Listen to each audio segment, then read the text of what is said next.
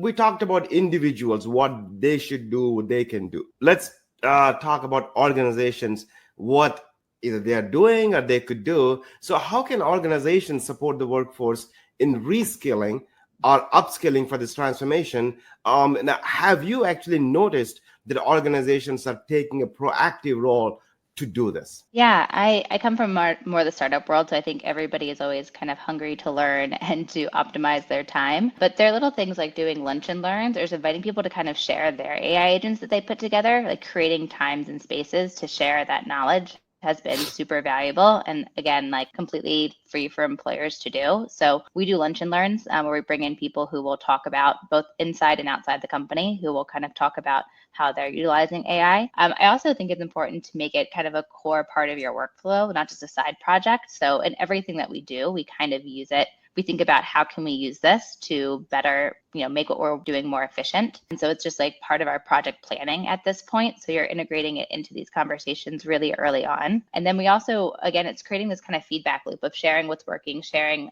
creating a conversation around it. So in addition to that, like I said, there are some courses with Section AI. There's like 2-hour courses. There's some really easy wins that you can do and you can bring back to your team. But I would say those are the biggest ones, is kind of just like shared conversations around what's working, and then just bringing in people to like do different use cases. Right. And I came from a very large organization. So we used to have structured education. Like every quarter, you have to take these many courses in this area and this and that. I don't know if it's still is relevant. So Ruben, I mean, I know you also come from a startup world. And can large organizations really, because the field is evolving so much, can they have a very formal training education to upskill their workforce in AI, or it has to be like what Mallory is suggesting? It's a more informal, lunch and learn and then book sharing, and is that the new way of upskilling the workforce? I mean, you can do a lot of stuff. I can see companies, if you check a company called Mindstone, also does training in the same genre,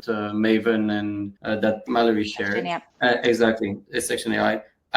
The thing that I would say is that I think this is about culture. I think for me, this is more important than organizing all hands, big event, big stuff. No, it's about having a culture of saying, we're going to give you the tool and you're going to experiment and you're going to go as fast as possible. And I think if leadership inside the company starts pushing it, it's about trying to share, like, first of all, create this environment, this safe environment for experimenting. It needs to feel safe for the employees, and then it needs to be in an environment where people do share what they're doing on a regular basis, because creativity feeds creativity. And I think that's what, most importantly, I think that's what's going to happen. It will take the time it will take. And I think the companies that will succeed faster, as I said, I'm fairly convinced about this, is the companies that inherently already have a culture of adaptation, a culture of learning, and that the leadership is pushing it forward. Lunch and Learn is great.